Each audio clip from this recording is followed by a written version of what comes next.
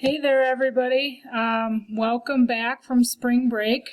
Probably not what anybody was really hoping for their spring break, but I sure hope that you did get to do some fun things, inside.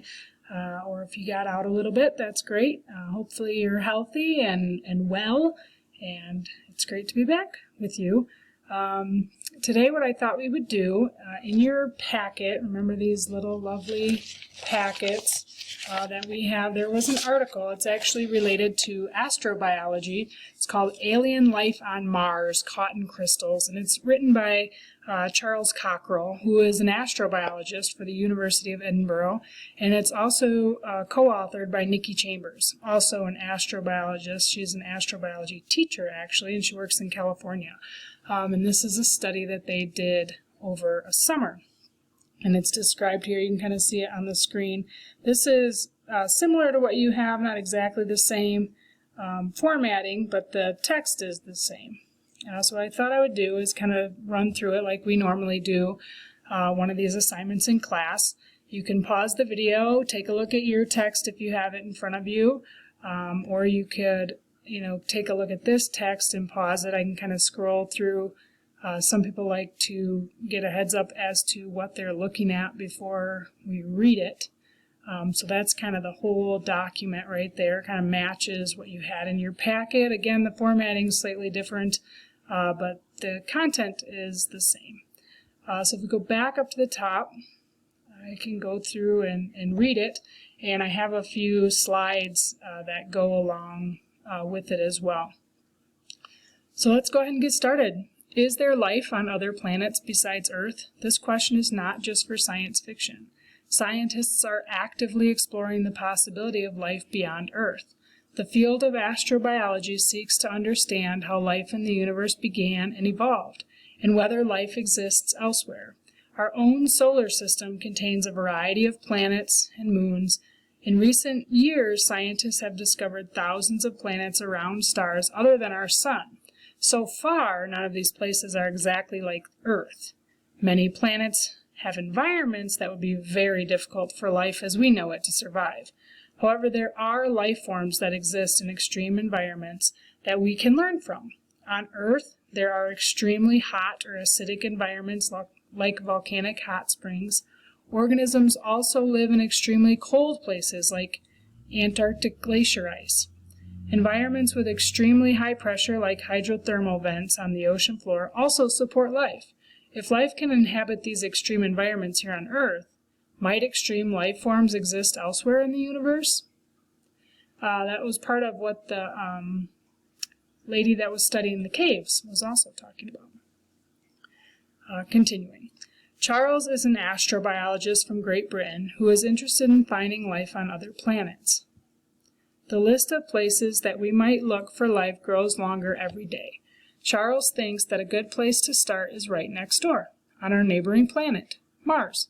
We know that Mars currently is cold, dry, and has a very thin atmosphere. Charles is curious to know whether there might still be places on Mars where life could exist, despite its extreme conditions.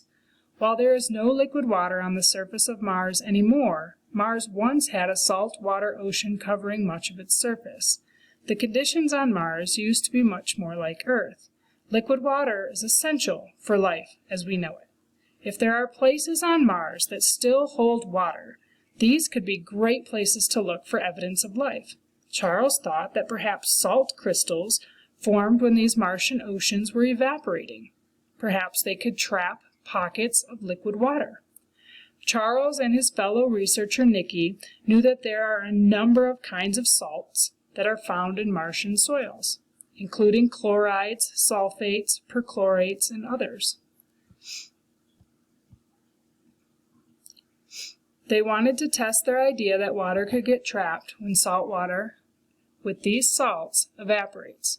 They decided to compare the rate of evaporation for solutions with magnesium sulfate and another common salt solution, sodium chloride, or table salt. They chose to investigate these two salts because they are less toxic to life as we know it than many of the other chloride, perchlorate, or sulfate salts. Also, from reading the work of other scientists, Charles knows the Martian surface is particularly rich in magnesium sulfate. Charles and Nikki measured precise quantities of saturated solutions of magnesium sulfate and sodium chloride and placed them into small containers. Plain water was used as a control. There were 3 replicate containers for each treatment, 9 containers in total. They left the containers open to evaporate and recorded their mass daily. They kept collecting data until the mass stopped changing. At this point, all of the liquid had evaporated, or a salt crust had formed that was impermeable to evaporation. Then they compared the final mass of the control containers to the other solutions.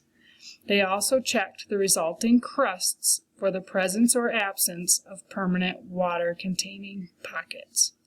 Charles and Nikki used these data to determine if either salt makes crystals that can trap water in pockets when it evaporates. So their scientific question is right here. Do pockets of liquid water form when a salt solution evaporates? What is the hypothesis? We've done this before, so it says go back, find the hypothesis in the research background and underline it. We're going to have to do that a little bit differently this time. A hypothesis, remember, is a proposed explanation for an observation, which can then be tested with an experimentation or other types of studies. Here's their data, scientific data. So there's images below. It says use the images and data table to answer the scientific question.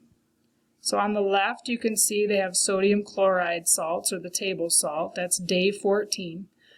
Little mass change due to evaporation is observed. No liquid water is visible. And then over here to the right, magnesium sulfate crystals, also day 14. No further mass change due to evaporation is observed, and liquid water is visible in pockets throughout the crystals. And then here's their numbers. So they had, remember, 3 of each of these containers that they were looking at. So they had 3 controls, 3 sodium chlorides, and 3 magnesium sulfates. And then here's their days. They did this in 2017, so they did this for 16 days. The mass was around 26 grams for their control, and over time it just stopped evaporating, so they must have had about 6.45 grams of the, that was just an empty container after all the water evaporated. So the container was 6.45 grams. For the sodium chloride or table salt, the mass as the water started evaporating went down, and then you can kind of see it stayed right around 18 grams for several days, so it was pretty much done evaporating. And the magnesium sulfate, looks like it stopped a little sooner and stayed right around 23 grams for the last 5 days or so, and then no more evaporation was taking place. So this one clearly kept more water.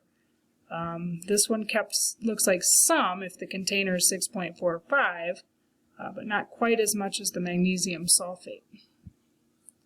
So we'll identify the variables in a bit, and we will look at a graph, and start to interpret what does this data mean, what can we learn from their experimental results, and so on, and then kind of ending with your next steps as a scientist. As we know, science is an ongoing process. So where should this research go next, or where could it go next? So that's kind of an overview. That's the article. So we'll go ahead and stop there for a moment.